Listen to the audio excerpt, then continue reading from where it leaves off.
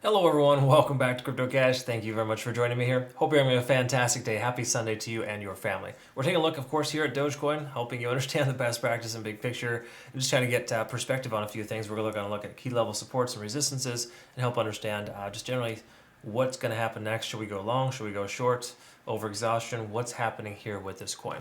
And if you are new to the channel, just know I'm not a financial advisor. I love teaching people to trade. Hope you can learn a lot here today. We've got a trading academy community and signal group. Feel free to check that out. CryptoCash.tech.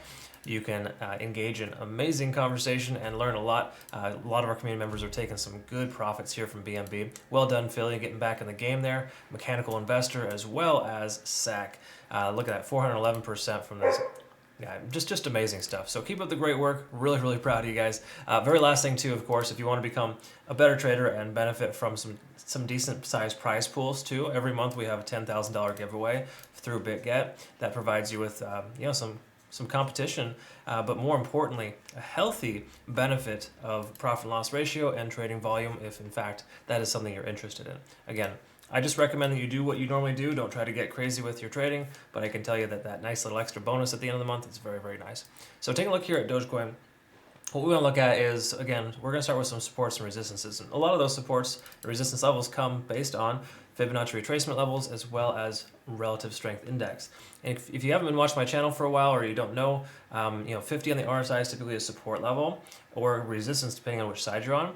And then, of course, 70 is resistance too. So we got 30, 50, and 70 are the most important things to factor in. And if we take a look here, in the last X amount of days, big surprise, November 8th, the FTX crash, so to speak, that essentially caused us to go underneath 50 on the RSI. Okay, we've been underneath that for some time, up until 2 trading days ago, when I last made a video on Dogecoin, and essentially helped give perspective on the fact that it's important not to short at that time. Obviously, the price went and 2x'd itself from that level, and you can kind of see that it's on its way back. Now, again, 50 on the RSI isn't the only reason why you want to take a trade, but that's a healthy reason to maintain a position that's open to the long side when you're closing above that level. We've also got a convergence here on the MACD as well that occurred yesterday, telling us we have a significant shift in momentum. Okay, so the likelihood of further upside is greater based on those two sentiments. If we take a look at the simple moving averages, most other coins cannot say this either as well, whereas we have a full-on 20, 50, and 200-day simple moving average below the price action. It's a good sign. BNB is also exuding similar behavior. There's a small amount of coins right now that are taking a lot of that market capitalization from Bitcoin and increasing their value. Dogecoin is one of those. Now again, there's a strong chance that there's a Twitter feed and there's a message from Elon Musk that caused this to occur. You got to keep in mind that does happen a lot. But on the same accord, from a technical standpoint, that's looking very good too. Okay, those two things kind of work in tandem. So what we want to look at is the 4-hour, kind of see if we have any exhaustion here, or basically just if it's a sequence of numbers here establishing an overexhaustive state. We did have that previously. This is roughly when I covered it last, and the price was going to likely pull back. It did pull back close to 0.86. We got right 0.87, so close to the support level that I identified that was beneficial in the sense of a bouncing point. While it didn't actually hit that level, it came very, very close. And that would have been a good buy zone there between 0.86 and 0.9, or basically 9 cents and 8.6 cents. Okay, so again, looking pretty good there in that regard for Doge.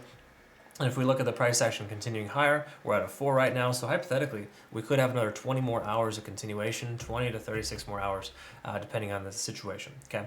Obviously, it's different for everything, but for the most part, we can expect the price action to continue a little bit higher in that regard. Again, it doesn't mean it's not going to pull back, because we are kind of retesting this Fibonacci retracement level here at about 10.1. So it's important to recognize that the price may not shoot up from here, but it does seem like it wants to continue higher. Okay, so we're establishing higher lows and higher highs. These are all positive signs. So if the next low isn't any lower than the most recent high right here in the range about 9.2, then we should be in good shape to see a bounce. Okay, so 9.2 is an area in which I would kind of consider entry if the price were to pull back, or more importantly, even 9.5, because obviously the price action, if it were to come back, it'll oftentimes bounce off of the most recent support level. Or again, sorry, most recent resistance, therefore becoming a support. Okay, so again, there's just some little things to kind of think of. Big picture stuff here. It's definitely looking pretty decent. We're above all moving averages as well on the 4-hour, which is great. And if we take a look at the RSI, we are overextended. So that's kind of part of it here. You got to keep in mind 4-hour RSI is fairly strong in that sense. So with the price action being above that right now, there is a stronger likelihood of a pullback. Okay, but again, the pullback may not be significant. It will probably likely only be around 9.5 or just say 9.1 as a worst case. If we lose 9.1, for example, we'd be making lower highs and lower lows potentially at that point, and we need to reevaluate. But I don't think we're going to see that happen. It's got really good momentum and things are looking very positive, and we all know that Dogecoin can run. So if we take a look at the RSI, while it is still high and maybe not recommended to take a long position, I would wait for a better entry with the price pulling back potentially in the near future. That's kind of what I would do. I would set an alert for something a little bit lower. But as we can see, kind of as per usual, TD sequential telling us we hit a 9 on the overextension there, and we're going sideways now, consolidating at support. So this does imply that we could see further upside here if we have enough consolidation. Because once again, we won through 9, it bounced off of a strong dip here. And as I mentioned before, I think the price is in this range here when I covered this recently. I mentioned 8.6 would be a good entry. Well, again, we didn't get that fill. The benefit is the fact that it did bounce off that level, and that kind of reaffirms the strategy of using key level supports to essentially add to your position or to take long or short based on that. But good news is here, we can see Dogecoin's hitting 9s fairly consistently. And with that being said, that there's consistency in that sense, and that really helps us understand where it could go. I do feel like we'll see one of two scenarios here. The price will pull back to either 9.5 and bounce, which would actually be a better scenario, so that we can get a better entry. Or it could literally go sideways and up too. There's that option as well. There's, of course, a tertiary option that could go all the way down, but I don't foresee that happening. That's more of a worst case scenario. That is if Bitcoin opens up and we have a significant gap down traditional markets, and that gap is filled effectively to the downside. That would be negative. Again, that's if Bitcoin does poorly. But once again, Bitcoin dominance is coming away from Bitcoin and going into coins like BNB, Dogecoin, etc.